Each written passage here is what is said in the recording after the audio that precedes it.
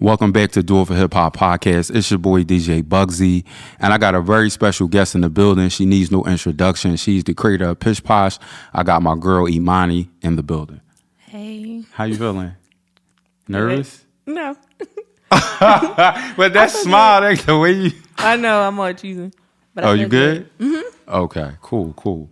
Now, listen, fashion world is definitely, Philly is definitely known for that. I mean, it's crazy because I DM'd her a minute ago, and she took a minute to get back to me. But, the universe works, and she was working with artists, and here we are today. So I want to talk about kind of like, how did you get started? Because your clothes are like so different than anybody else's. And it's like, for me, when I look at your clothes, I just see art. Like, I just see straight art. Like, a lot of people don't make clothes like that. They just put something on the shirt, iron it, and his fashion. But with you, it's just like, it's on a different tip. So tell me where that come from. Did you go to school for it? Like, break it down. So I've always been artistic because I've been painting since first grade. Really? So that's where it comes from. Learned how to paint. Okay. I went to Girard College. Oh, you did? Yeah. Okay. Since I was in the first grade. So I kind of learned there. The program, like the art program, was kind of big. Okay. That's dope. So I just, from there, I just start sketching and designing on like my own. Well, I didn't start designing until actually high school. Okay. But as far as just the whole being creative has always been a part of my nature. But I didn't study art or anything. I went to college for pre-law. Really? Yeah. So what made you change? Like, what made you say being an attorney is just not for you? All the politics in it. I was just like... The bar exam had you tripping? No, not even that. Just how the system is set up. It's just like, I just knew I'd probably end up being like really like down and depressed, like trying to change much or whatever. And I also just knew that it would like be way more money also to continue out to get to that point. Okay. And also just off alone, just when I started Pish Posh, it was more as a hobby. But when I seen how much I could do and make, I was like, oh, I could do this. I'll probably make more money doing this. And it felt more good rather than just trying to read all day and study and master all the laws. Yeah. Them law books, the law library, crazy. That's dope. What I wanted to ask you, though, what do you feel like separates you? Because to me, it's the fact that you have that art background. A lot of fashion designers in Philly don't have that. So I feel like that's an added addition to what you bring to the table. Yeah, definitely. Yeah, because I can literally just create in a process. Like, somebody came to me the other day and was like, could you do as like a custom like diggy? I'm like, okay, sure. I'm like, what direction you want to go for? And I'm more, if you tell me what you want to do, I'll just freestyle. But they wanted to digitally map it out on a computer and stuff like that. And I was just in my head like, that's not how I really create. I really just go with the flow. And I think that's what makes my work stand out more, because it's really just whatever comes to mind. It's like just natural rather than setting all this like parameters. Yeah, it's just like, it has no limits. And like, I feel like I've grown and became very known because my work is also outspoken, and like I'll touch base on like things that's like important to me, whether it's like police brutality or like black on black crime or just things like that just matter to me, and just pushing a message within the art as well too. So people may be like, oh, that's hot, but it got a message. I want it even more because of that. Okay. Yeah. Now, speaking of messages, and we just had a mass shooting on one of the famous streets of Philly, South Street. How did that hit you? Because it hit me only because when I grew up, I grew up in an era where it was all about the Greek picnic. It was all about getting all the numbers on South Street, and it wasn't about pulling up, beating up somebody, shooting up somebody. So now that you've seen that, do you feel like you're already in your head trying to create something that kind of like exhibits that? Definitely. Not on clothing, but I have this very, very large canvas in my house. It's like a 60 by 40. And I've already had it mapped out. I've been mapping out for the past week. I was creating this piece where I take my niece to school. So I just like, we're like really close. I just love her so much. She's so cute. But I was envisioning her just in growing up in Philadelphia. Okay. And I was going to have her as the base of the painting, and it was going to be like kind of just a street pan, like wide angle, but it would just show all the chaos that's all around her on her midst of going to school. Wow. Like walking. So it's going to be really dope, like a real dope piece. But overall, just on that situation that happened last night, it's very like disheartening. Like I hate it. I moved back to Philly after college. I would say now going on 3 years ago. Okay. And I've just been so depressed. It's really sad. I just feel like I've become stagnant because I have anxiety. Like everything just makes me feel cluttered just on everybody's thought process, on how they think. And you're really sad. I just hate that death is like normalized. It's like, I don't know. It's like people are counting how many people they can kill. Does that make you think about when you wanted to be a lawyer? Like, do you ever scratch your head like, Dad, what I could change if I would have became an attorney? Right. It's really also a tough battle because I'm thinking my end goal in the beginning would be, to make sure we're not filling the prisons with black people. But at the same time, we can't ignore that it's majority black people that are making up the Philadelphia murders. Thanks. And I was just thinking that earlier because I seen a post on Instagram this morning. It was like, the Roots picnic was definitely something of the cause. And I'm like, how can we say that when, white people, they gather for the Philly games, the Eagles game, they're getting on the train. It's a big, large amount of people, and even they're tailgating and like just turning up, celebrating wins. And I don't see them having these issues of like their teenagers multiply killing others. Not that it don't happen, but it's at rare. The vast majority, we might have like average of 3 murders a day. And that's like kind of crazy. That's very crazy. 214 as of today. 214. Yeah. Just last year's number. 564. It bothered me every day. I was like literally counting. I'm like, wow, this is really crazy.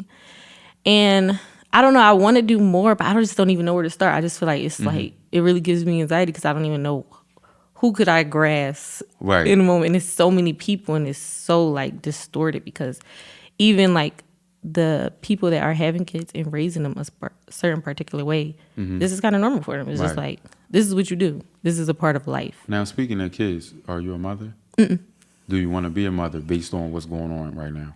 I really do because the more, people I could probably bring in the world, then they'll probably have I'll raise them a certain particular way where they'll understand like love and just guidance and being a good person. So then maybe we can, it's really a war of like bad versus kind of evil. So it's like, good versus evil. So it's like the more good people we have, the more like kind of I look at it as it's like soldiers that could push light out into the world rather than it just being people that just consumed with darkness. I feel like it's really crazy when you like look at it on people's mental level. Now, speaking of hip hop, and we both are big hip hop fans, and I'm sure you are. Some people feel that drill music, gangster music, is the reason why these young kids are doing what they're doing. Me personally, I disagree. I want your thoughts on that. Is it weird? I don't connect drill music to hip hop. I studied hip hop in school.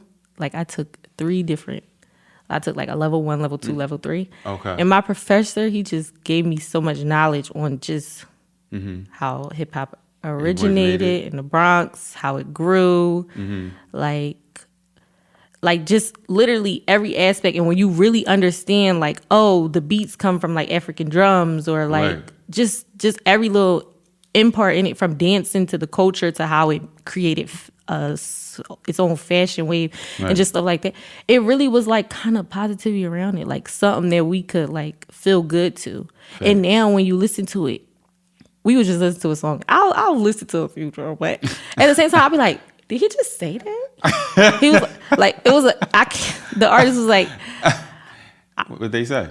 They said, I wouldn't kill, but I'll watch it. Something like that. And I was like, huh? Oh, no. Like, this is crazy. Right, yeah. And yeah, if understanding on a spiritual level, knowing what you intake, it creates your whole like, how your makeup is almost kind of like just on the frequency of like from hertz to the lyrics and stuff like that. If you're consuming all that, of course you like already gonna think whatever. So all the drill artists that's out, you don't consider them to be really hip hop then?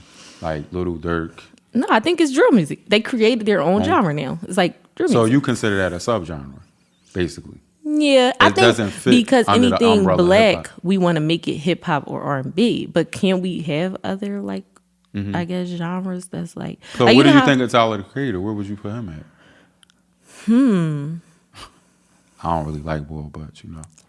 Yeah, I don't really listen to him that much. But I'm saying, I'm not trying to knock him. Like, I understand that we have to have multiple lanes in hip hop culture. But me personally, I feel like a lot of rappers get snubbed at the Grammys because of him. And I think it's unbelievable. I can't believe that he gets a Grammy over certain people. Oh, well, definitely. We already know it's rigged. I just think we should stop looking to them for approval on what it's in. Or whatever. We just really need to create our own everything, our own award shows, our own like platforms, more stuff where we determine what is our greatest. Because we know at the end of the day, they're just going off of like, it's kind of like politics. Like, oh, we got to make sure this person get this award because it'll look specifically good for our platform because they got this many followers rather than if their music is kind of good. But yeah.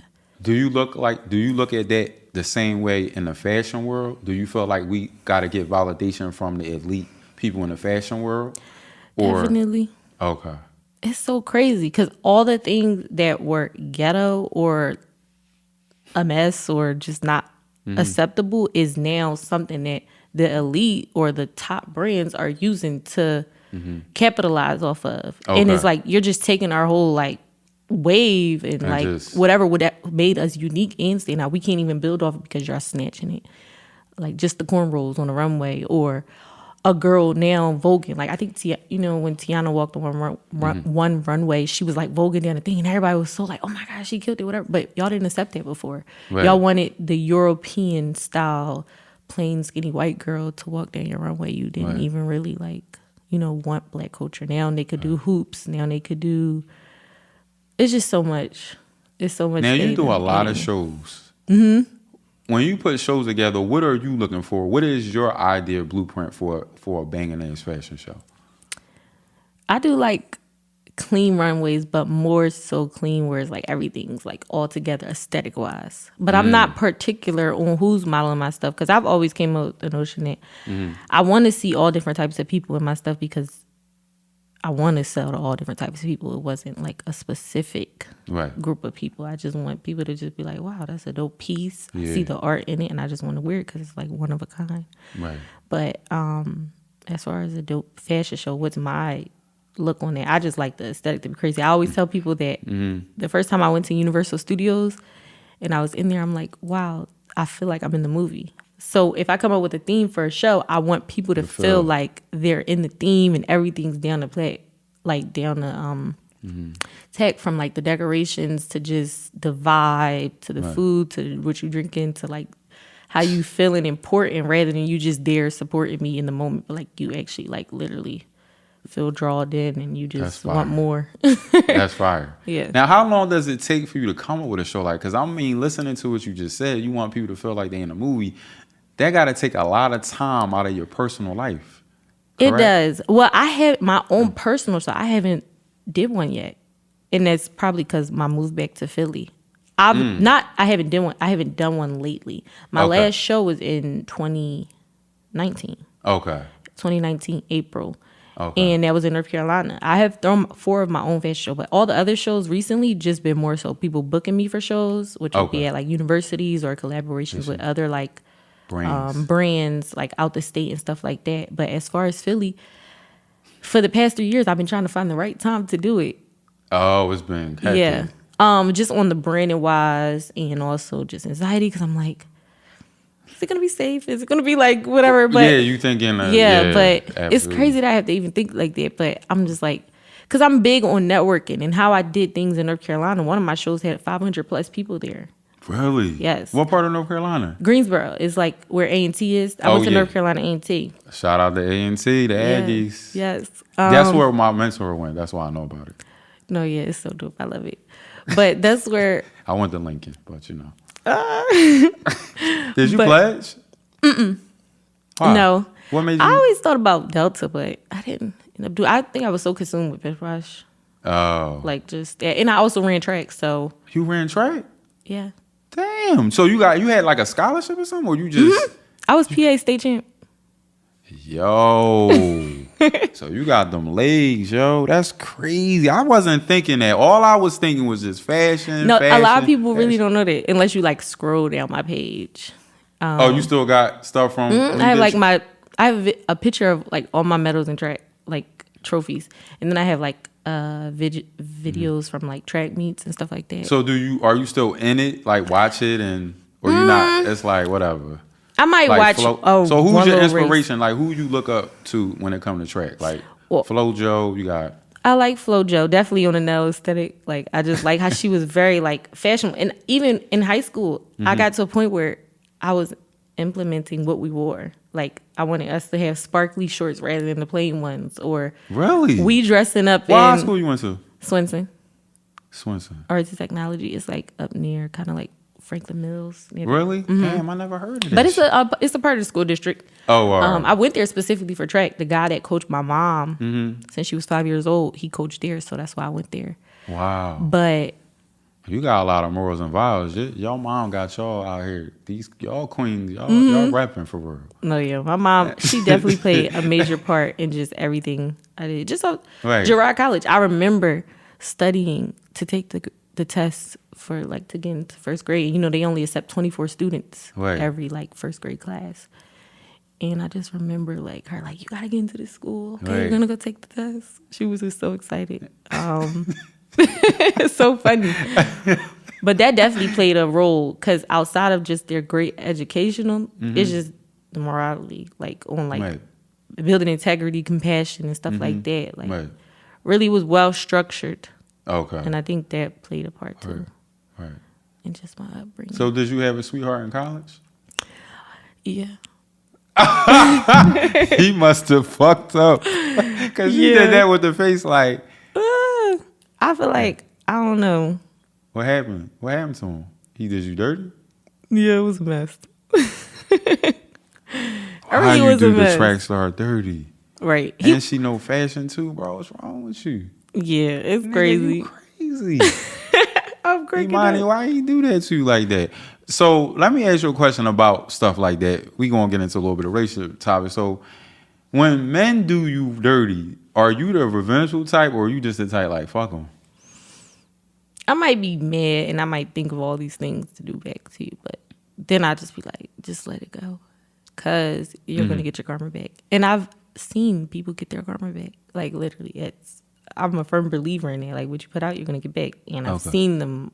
Like anybody has done me wrong or just anybody around me, somebody else wrong or whatever, they always get it back. And it may not be in that specific form of how you put it out, but it could be in something like a total different area of your life. So sometimes I just be like, you know what, it's gonna get you back, or you're gonna end up regretting it. You know what I mean? In the midst of me meeting so many people, and not just relationship wise, but just different people that may have wronged me, they either always come back and apologize, or they got their karma. It's crazy. Damn, that's crazy. Are you the type of person that look at it like you're never going to find no one like me? Because I mean, I know we can say that to a person, but I mean, it's true to a certain extent. But then it's like, what if they do though? Are you look at it like I'm one of a kind and you never going to top the Imani of Imanis? Like, how do you look at it? I don't know. It's so hard because I feel like there are people like me. I have a lot of friends that like me. Like that we think of the same type of way. Just good energy, just bubbly type of people. Okay. But as far as like guy wise, I don't know. I mean, I'm with someone, but it's just been like a up and down roller coaster-ish. And I'm just like, not that they're like horrible, but I don't know. I feel like at the age that I'm at, I have so much wisdom and I'm ahead, so everything else is like, I don't know. Yeah, just not a balance. And me being a Libra, I like balance. So it's like... You a Libra? Mm-hmm. Yo, yeah, Libras is the big.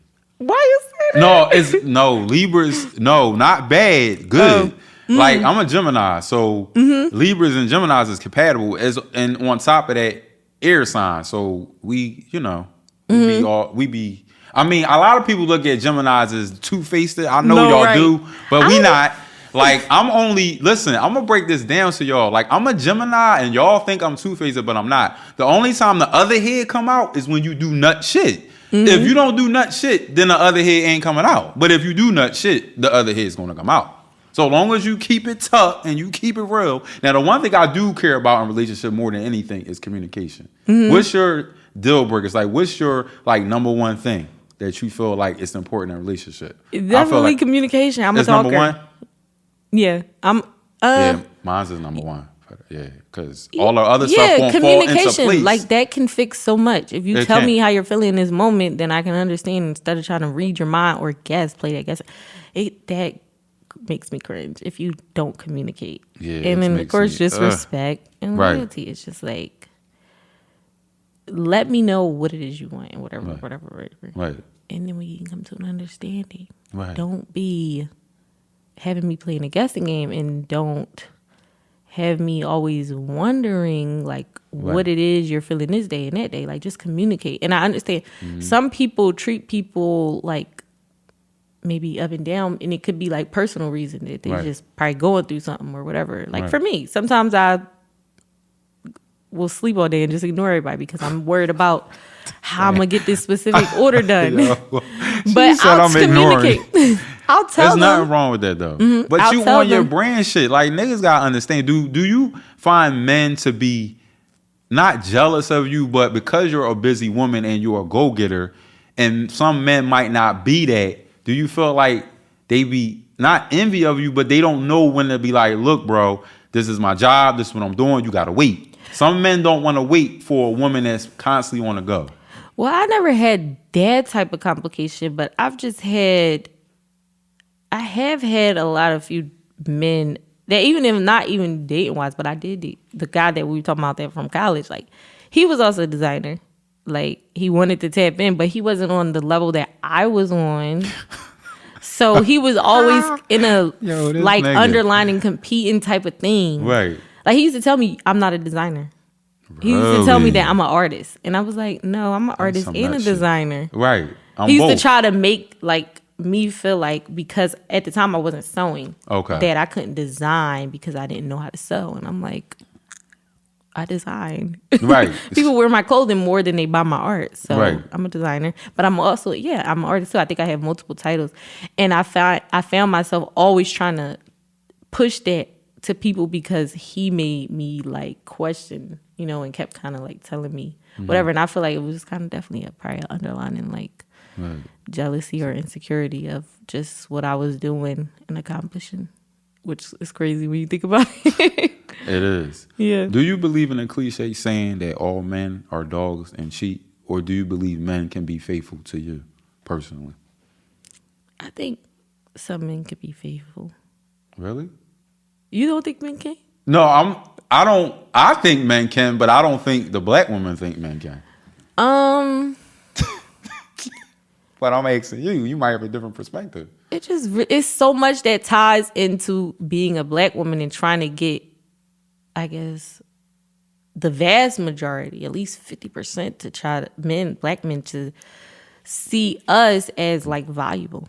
Okay. That's really a deep topic. Either it's from complexion to hair to body, just stuff. I just feel like we're very undervalued. But that goes back to even deeper conversation of people have these mindsets because of Willie Lynch or just slavery and just the breaking of black families and stuff like that. So I don't even think men even grasp what they're doing or just the certain comments that they say. I agree with that. But let me flip the coin real quick, because some black men feel that women talk to them down on them and they don't respect them as a man. So what do you say to that? Because then it's kind of like a conflict. It becomes a conflict when you get down on the man when he down instead of lifting him up. The common thing, that narrative that I see in the black community is always men feel that women always talk down on them. What do you say to that? Do you feel like women see what their mothers did and they feel like that's the way to be a woman because it's coming from their mother? I feel like, is it talking down or just highlighting something that they possibly have done? Because I don't just randomly just talk down on people. I might be, and my delivery is different. If we just having a regular conversation and I see something that like, oh, like you should do this, whatever, or I feel like you're doing this and you gotta correct it. Right. But if you literally do something to me and it could be possibly hurtful and I have to bring it up, I'm not talking down on you. I'm literally telling you what you did to me and I'm describing it and what that behavior is. I see better potential in you and I have to get you to understand on how it's being perceived. So maybe you could look at yourself and be like, okay, I want to correct it because that is kind of corny. Right. But it's funny that you say it because I don't know, I had a disagreement with my significant other and they're like, and I'm telling them what they did to me and I'm like, and he said, that's like, I was bashing him. And I'm like, am I bashing you or I'm like just highlighting what you did? Because outside of that, I'm not just talking about any like other thing. I'm just talking about what you're doing that's kind of wrong. Right. And for the most part, I think if a woman is willing to tell you that, other than be like your homies or your friends that will sit around you and watch you fall or just fumble money or just relationships or anything and not hold you accountable for anything, who's really like the person that don't have your best interests? Right. Yeah, but overall, I think that you sound like you have best. You based on what I'm hearing from you, not to cut you off, but I feel like you have the best interest of your man, like based on what I'm hearing. I don't think you capping, is what I'm saying. No, yeah, but just overall, I feel like women, I think we do a lot. We really do hold a lot of people down. And I think Black women specifically, like just off females I know or just girls, and then on the guy side, I feel like, and I hate this whole little war. I don't want it to be like this, but I feel like we do a lot more as far as holding down and really being there, you know? From if a guy gets locked up. Right, get shot. Or like something like that. You got to help him with his injuries. You got to play nurse. And then you got to play doctor. Right. You might got to play lawyer. Yeah, it's really crazy. And I think it's undervalued. Like, they just like ignore that. We got to work on that. We do. But it's not all. Right. It's really not. I liked really going to college because I don't know what it is about people that are connected to college. It's just a different type of people. They smart. That's one thing. And then they not just have more of a balance and structure on just. Some are dumb, but some have just more of a balance and structure on morality. Like I literally went to a school, and a lot of the people that I know are like engaged, married, building foundation, stuff like that. Not baby mama situation, not the typical, I'm messing with this girl and creating broken homes, or I'm just hurting people just for the fun of it. It's like really more of a structure of a thing. And granted, you don't always have to want to be in a relationship, but I just feel like more guys have an understanding of just being open and honest with the people rather than just running around. Like I feel like a more so like a street person. Okay. That don't have nothing like structured in life. They just move very like loosely without any concern to what they doing or putting out. Facts. Now I want to ask you, I want to be kind of like hip hop, but you can take it wherever you want it. 3 things you love and 3 things you lust. It can be food, it can be a flight, it can be one of your bucket lists, it can be.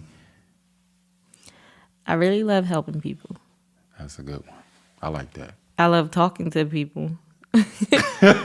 Really. For real? Sometimes I might be calling a customer like, hey, your package got sent back. And I might just end up on the phone with them for an hour. Really? Yeah, they'll just start asking me questions. Like, and that's a good thing because a lot of people that own brands don't do that. They like, look, your order was it. That's it. Talk to you later. So that's a good thing. You build on a rapport with your community. Because I mean, even if when I'm gone, I want people to be like, I just remember that one time, like I bought something from her and we like sat and talked and she gave me advice on business or just like we literally, our conversations can range from all these different things. It's so funny. But a lot of my fan base, I feel connected to me because they actually know me in some sort of way, even if we never met, because I might just have I have a follower that she's been following me for like maybe 5 years, 6 years now, but she's from Australia. She lives there, born Aboriginal there. And we have conversations about how their journey from slavery and segregation was way behind than ours. Okay. Their segregation, they're kind of still segregated. She told me that you could walk in restaurants over there and people don't know this, but it says no colored people allowed. And that their slavery didn't end until the 1960s. Really think about that. Right. It's crazy because they don't tell you that. Over you here. know, We don't hear about that. But her father was black, but her mom was white. So she basically like, her father was like an Aboriginal of Australia. But we just always have conversations and stuff like that. And like, we literally could talk on the phone. Like, she tells me stuff that she's going through. And we never really met in person, but we like video chat. Yeah. And like, just stuff like that. Like, I just know that. It just off of me making that connection with her and whatever. I've had a few Australia orders because like she'll post up my stuff and stuff like that. That shit is sickening. Global. Look what the internet and social media is doing for the brand. That's dope. But it's really dope. That's dope. I really like that because. But you gotta finish the question. So you got. You got the helping people, talking to people, and then something I love. It can be hip hop related. It can be right. It can be I love an album you can't live without. You know, you always play it. I love curating playlists. You curate playlists? On my Apple Music. For real? I used to post them like, yo, follow my playlist. Like, listen to them, tune in. I got my beautiful morning vibe. I got my, like, love playlist. I got my classic throwbacks. Like, I love hip hop, but I also am like what would you call that genre for? Like the Motown. I like Teddy Pendergrass. Oh, you talking about old school soul music. Mm-hmm. Really? But so your mom put you on that because you wasn't. My grandpa was a DJ. Seriously? Yeah. What's his DJ name? It's ugly, but his name was know though. DJ Mighty Flea. He's funny. Yo, what the fuck? But he used to DJ. Mighty Flea. Right. Yo, that shit crazy. He really was a DJ. It's funny. DJ Mighty Flea. Mm-hmm. That's a hell of a DJ name. And you know another thing, my mom growing up, she used to, because we lived. I need sound effects for Mighty Flea. But go ahead. I'm cracking up. My mom growing up, she used to take people in like sometimes and like give them a place to like regroup.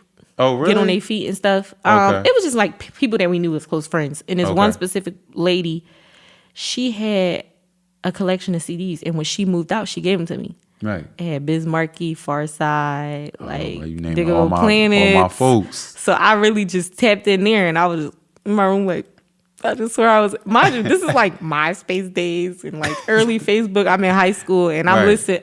The first CD I ever bought. That's how you got introduced to hip hop, pretty much. Yeah, the first CD I ever bought actually was Lauryn Hill, Miss Education, and then Tupac's Greatest Hits. I'm a real Tupac fan. When I tell you I was trying to solve his murder in my room, crying at night, like, yeah. She was like, yo, LAPD, what the fuck y'all do to my nigga? No, really. He in Gemini too. You know that, right? June 16th. I didn't know. I just love his spirit. Oh my God, I wish I could have met him. I really used to cry. Like, I had a book. I wanted to see him live before he died. Yeah. He only came to Philly one time and I was there. Wow. He came to Philly one time. I was there. But I really had a journal and I was like, I was watching interviews. You know how I was like Shock G? Yeah. I like when he described Tupac. Yeah, and he was like how you could how Biggie was a certain way. Biggie rap from the his gut, pit, from the pit of his stomach. Yeah. Tupac rap from the soul. Mm-hmm. Yeah, and I just really felt that. I was like, yes, because Keep Your Head Up got me through a lot. Dear Mama was like my motivation on I got to make my mama proud. Right. What else? Changes. It really made me look at the world like, oh my God, I got to make a change. Like, it just makes me hype. Like, right. I just really love Tupac.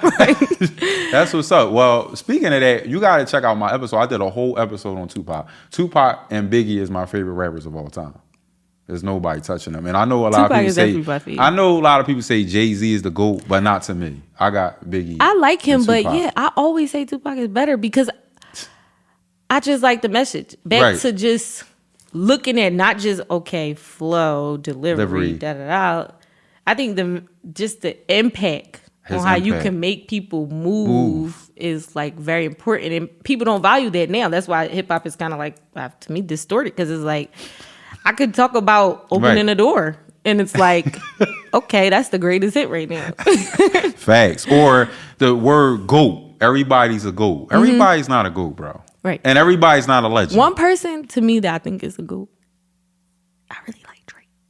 Oh, he's a GOAT. He's the GOAT of this generation. I don't know where he's going to fall when it's all said and done. But to me, his body of work and everything he did for the culture since 2010 to now is undeniable. I mean, how can you really deny it? Right. I think it's dope that we could play his album and literally go song after song. Some you might have like 2 or 3 songs that you want to listen to, and then you be like, all right. Now, part 2 of the question was 3 things you lust. It can be food. It can be a type of man. I love crab legs. Really? Yes. And crab cakes. But it got to be the right person making them, because everybody can't make crab. Well, my crab cakes are lit because I don't like fry them. I like grill them, like bake them. So it's like just the crab. It's not all that extra. But do you use the imitation crab meat, or do you use the can? Lump. Okay, because you know I really did discover is an imitation. You know what I'm saying? It's not. It's not the real lump shit. Crab meat. Okay. That come in the can. It's so good. Yeah, it is. Another thing, knowledge. Really? Yes. So you read a lot of books. I don't want to get that from you. Not to say I don't know why I don't get it from you. It just don't. When I see your page, I don't see. I know a lot of people misread me. I misread you. I absolutely misread. So you got books lined up. Okay. One book I'm reading now is it's by Queen of Fu. I'm sorry. That's okay. It's called. Yeah, that little, Women Heal Thyself. I think it's Women Heal Thyself. What that's about? Women healing themselves, basically. Tapping into just nature, healing, getting back to like Black culture roots, not just a specific country. Like, I don't want to just connect it to Africa, but just all around on every continent. Like things that we knew to heal ourselves, our intake on different stuff from music, food to other people's vibrations, stuff like that. It's a dope book. So do you believe in being a vegan and all that when you talk about food? Because you know you are what you eat. No, I still be eating chicken. But what about pork? I'm a turkey bacon type of person. So you got butterball in your refrigerator? Butterball? No, it's not called that. It's like the turkey bacon. Because you know butterballs are popular turkey bacon. I'm just saying. I gotta look. They sound weird. But it is though. I'm cracking up. But no, I grew up on that shit. I am gonna give you the big. Yeah, I have like a few books. I got a book from Damon John. Oh, for real? Power of Being Broke. Oh, that. Then I have that. Rich Dad, Poor Dad. Oh, I got that book. I got that in college. I had to read it. Yeah. And I do want a library. I always see me having like a house where it has like a big shelf of just like dope books. But definitely knowledge. I'm always watching podcasts. Okay. YouTube University, just on topics to learn about. Okay. Like you said, I was tapping into the music, so I just been really trying to learn out of the industry. Now, the one thing I want to ask you, because you tapping into the managerial role for artists, is that something you want to do, like be an A&R, get into the music industry, or you want to just keep it strictly fashion? Because I know you were sending our artists my way in particular, and then it kind of and then now. Okay, no, it's back up. Really? We're gonna come back. Oh wow. Okay, salute. It was just like a little hiccup misunderstanding, but yes, definitely just managing, because that leads back to me just helping people and just seeing the potential. I literally feel like I know when people's gonna blow. You think she gonna blow? I feel like it. I feel like it has the potential. What do you think of the field of Philly? When you look at female artists right now in the hip hop game, you got Tierra Whack, you got Rocky, obviously. What's your feelings on just female hip hop in Philly, period? I think Tierra Whack is definitely super in her own lane. As far as other female rappers, I think that they sound like everybody else. No. For the one that I work with, Mecca, she definitely has a different vibe. But just overall general on all the female rappers that I have heard, I felt like one, is divided. And then two, I mean, people did have their own style of delivery, but I just think it was more so the same visual wise, same content type of thing you're talking about. Yeah. So I think it's a little bit repetitive, but that's what makes Tierra Whack super different, because I was like, yo, this fire. Yeah, she's sick, yo. And just her style, everything. That's why I wanted to get in management, because like with Mecca, I just she wants to brand as Mac Monroe, and I think that's a dope concept. Like to play off the Marilyn Monroe aesthetic and to be more of a elegant, classy, rather than your like raunchy, explicit, like legs open, da da da. I think it's super dope. It could be a different way to push, rapping and just her artistry. And I'm just excited to help her like brand and just look at things in a different perspective. Because I'm not doing it specifically like for the money or whatever. I just really want to see if I can take somebody from what they have and just like tweak it and then add inspiration in and just different help and feedback on stuff and really see something blossom. That just goes back to me helping. Like I really mentor a lot of people. Right now I have a girl, she's staying at my house. She's from North Carolina. She's a designer. She came up here a month ago. And I've done this where I'm like, I've flown her up before so she can like work on her brand and get motivated because where she was at wasn't working for her. Right. And just so she can like be under like my shadow and see the things she can do to capitalize off of being a creative. Wow. But do you ever worry about getting stabbed in your back when you're so openly generous to people that you're helping? Because I have trust issues. I'm not a type of person that just let people come in my circle. Now, shout out to my visual bro. He's here because of someone I knew and he connected it. So I trust Mark to tell me that he is who he is. But from the rip, I'm not thinking you who you are. But since Mark validated who you are and you proved me who you are, you who you are. But how do you gauge it? Because me personally, from my experience, I had a lot of issues with videographers in the city. And a lot of these niggas think they Steven Spielberg and they not. And they charge like they Steven Spielberg. Mind you, I understand you have a craft. But give me Steven Spielberg before I can give you Steven Spielberg money. Don't come off and tell me you Steven Spielberg just from a clip you text me, bro. That ain't enough. I need more. I feel that. So how do you gauge? Because me, I'm like, yo, I don't know, dog. No, I feel it when you have those experiences. Right.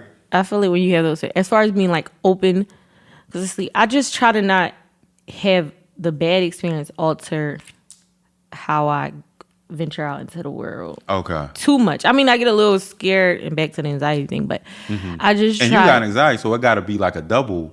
Your mind's always. Well, I really have. I've had interns who maybe came intern. They told me they wanted to do a thing a specific certain way as far as being a designer, but then stole my whole niche. But that didn't stop me from taking on interns. It just made me be like, wow, I see what people could do. But not that I just went into the next intern thinking differently or whatever. I still offered them whatever because back to the garment thing. You'll get it back whatever way. Not that she really wronged me, but it's just like maybe somebody will end up doing it to her and she'll understand how that feels. Right. But I really try to, again, not have it alter me because I feel like they'll limit me on my connections that I make. And I really like to say thousands and thousands of people because I just feel like I've met so many people. And I might remember, I feel like, where did I meet you at? And we might have a great memory, but I can't remember your name. And I'm good with faces. Yeah. Not names. I think I'll be fucking names up. I almost fucked your name up, but you know. I'm cracking up. But I literally have more, I feel like, good experience with people than bad. And that's the importance of not altering who we are because other people's bad, like, whatever they got going on affecting us, but staying, like, intact. So we don't become that next negative vibe to somebody else. Because say you alter just on how you are, you might miss out on opportunity and you might rub them the wrong way. And then it just will be a trickle domino effect. And I think it's important when we just stop that. Like, and really get into like, okay, cool, you miss out on this. Back to like, even just with, like with the videography. Like, yeah, I've had those experiences where like somebody might be texting or they might not give me my video for like a whole year and I'm waiting or whatever. But what the fuck? I'm cracking up. Whole year. Y'all fuckers, man. Y'all crazy, bro. What the hell was wrong with y'all niggas? Treating Imani like that? You like... Come on, man. Y'all niggas is wild. But I literally try to be open-minded and understand that. Okay. It's a journey, specifically for Black people. We learning. I hate when people are too tough on everybody because we all learning. Like sometimes people go through. I try to put myself in people's shoes. So like with that videographer, I was like a little upset, but I'm like, you know what? But you finally got it? I did after a year. I came to Philly, filmed a commercial, and then I was waiting a year for it. Yo, that is so crazy. A year though? I would have been done. I don't know what I would have did. I don't know how. Because see, the thing about podcasting, you can't wait depending on what you're doing. Like if I was doing a skit with my son, that might can wait a year. But if I got a specific episode like what I'm working with you, I can't wait a year because that shit gonna be dated. Right. Like, it's not going to be meshing up with things, and everything is numbered and chronological. It's just, it'll screw me. Mm-hmm. Then I'm gonna just have to bring you back, and you know. No, I feel it. I definitely, because at the time I was trying to push something, and it was like kind of like, you did not send me my video. Right.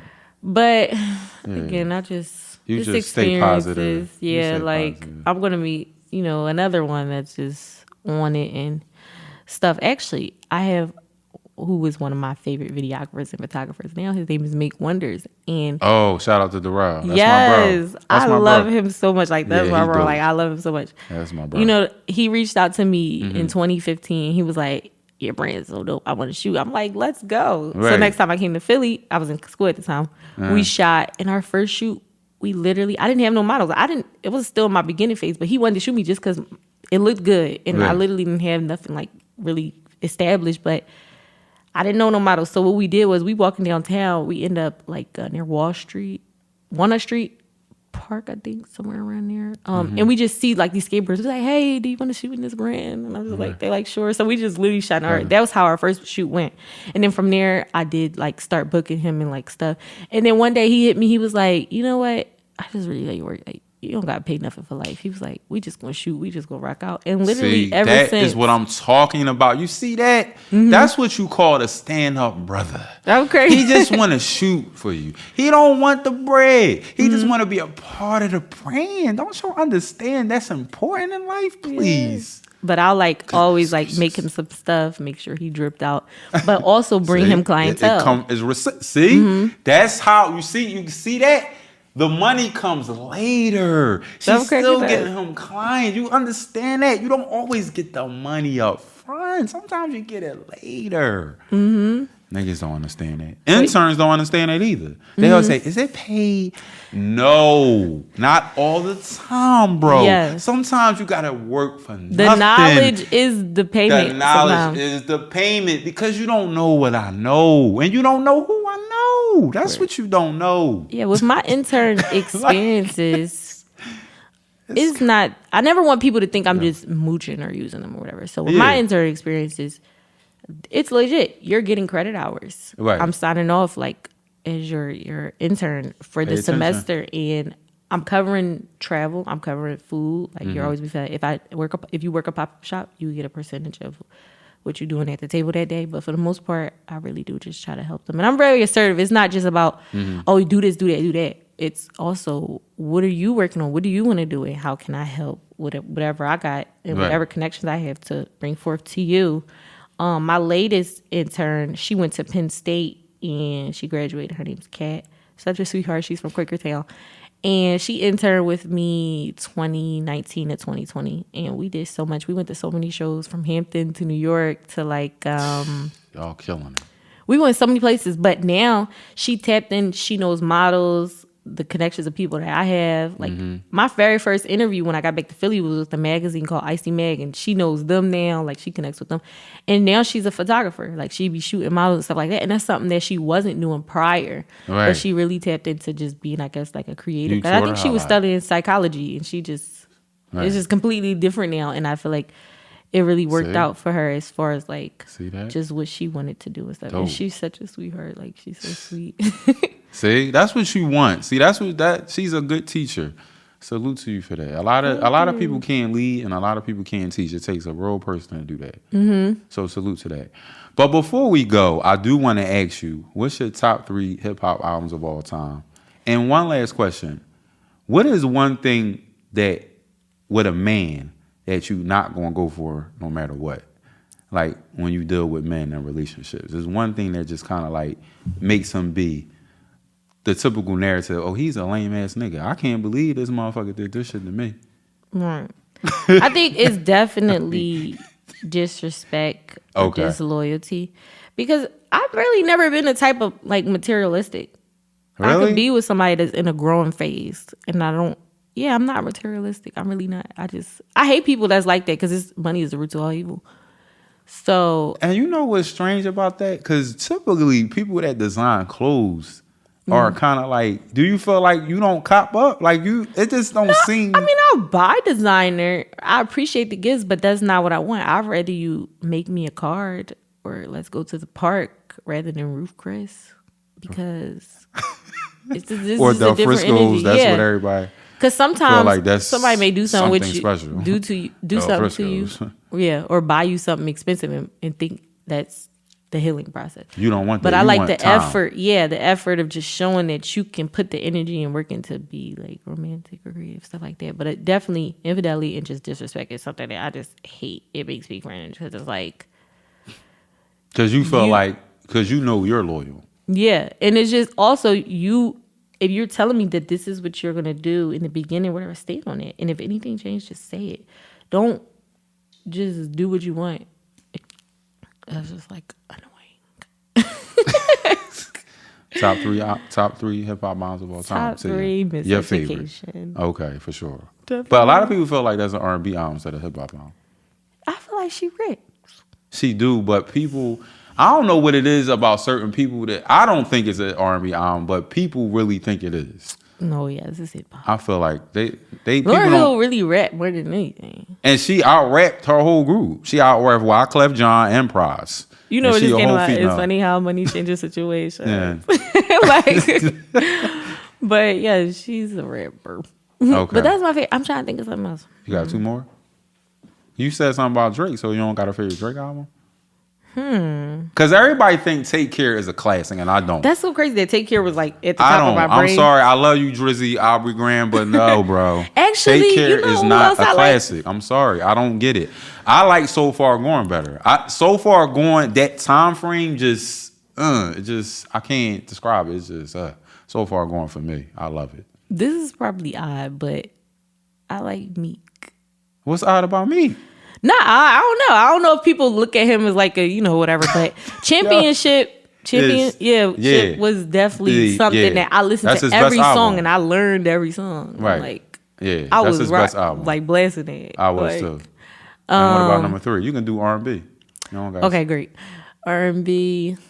I'm a big Tink fan. Really? Yeah, I feel like she's underrated, but that's because she's not under a big label anymore. She's like independent. So yeah, Tink. Yeah, she cool. I really think But what about R&B? Like, what gets you? What would you? If a man could get you in the mood, what R&B song would it be to get you wanting to, get close and get involved? Don't crack it up. If we vibing in the car, like I like Kim, Chemistry? Jagged Edge. No, Kim. Okay. Maxwell, Jagged Edge. No, Like just Maxwell. the classics. Definitely Maxwell. I went to go see Maxwell in concert. It was something I wanted to do for 2 years. I was like, I gotta see Maxwell. I gotta see Maxwell. I gotta see That Maxwell. first album, woo, Max. Man. He did not perform. The first album? No, he didn't perform Women's Worth. Oh, all right. I was like, But yeah, oh my that's God, he didn't perform it. Yeah, but it was that's okay. from I went to go see him in AC like a month and a half ago. Maxwell, yeah, he definitely get the women panties dropping. Anthony For Hamilton. Sure. Yeah. Yeah, he got an old soul. Mm-hmm. Do you like him? He from North Carolina, right? If I'm not mistaken. Somewhere in the South. Or is it South Carolina? It's one of them. I just thought you liked him because you had that experience and you know. Yeah, I didn't really know that, actually. Yeah, And you know I'm what's from crazy? the Back to North Carolina, I met like a lot of artists before like blowing like 2C. Really? I was like What about styling the him and baby? stuff. 'Cause you know I was on an event with him. I had a fashion show. Shout out to And he the baby. performed right before my runway. Now the baby, I love you, dog, but you got to get your anger under control, bro. I Right. know you like to knock niggas out and all that good shit, but bro, just bring it down, son. Just bring it down. You know what I'm saying? That boy be like niggas out, like yo, he's sickening with it. No, For real. really. He It's really crazy. is. But He done knocked like 5 niggas out since he been rapping, literally. it's probably more All than that. KOs. Them niggas do not get up. Like what the fuck? But also, yeah, so I met him, his artist, Thunder for Vegas. Okay, yeah, Son of a Vegas, yeah. He's thorough. He made a song randomly one day and he was like, I paint a nigga head like Pish Posh. The song came out? Yeah, he got a video for everything. It's called Punch Me in Part 3. Damn, You gotta go Pish listen to it. Posh, It's you so really funny. out here outside. Like you Yeah. really got niggas talking about your brand on these songs. When Like, I tell you, how that make he you feel? started a trend, it was not big artists, but like so many like underground artists that I knew, they start saying Pish Posh, like, oh, I wear a Pish Posh. They just started, like, everybody just started saying it. It was funny. Now, Imani, I have one more question before you go. Now, I love your hats. I'm a big hat guy. I'm a big, like, T-shirt guy. Now, I need to know your price points because I need you to put Do It for Hip Hop Podcast.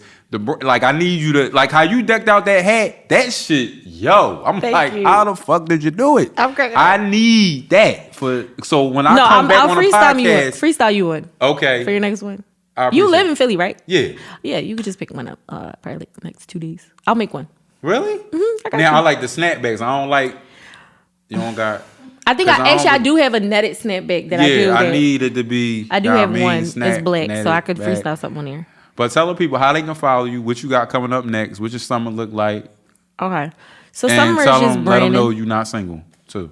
Yeah, I'm not. Okay. It's kind of, I don't know, to be honest. I have to be honest. No, she's taking fellas. I'm cracking. Like, I'm letting y'all know now. It's a rough patch. I really don't know.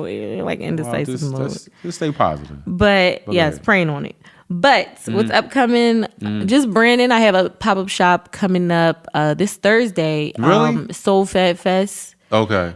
Soul Fat is like a mixture of like just neo soul rappers, artists just coming together. In Philly? Yeah, it's like open mic. So dope. It's held by this girl named Malina. Text me the information. Oh, I'm definitely is. It's gonna be at like 5th. You know that like courtyard is like a triangle is on 5th Street. 5th and like it's kind of near Cousins, the supermarket, like kind of near like.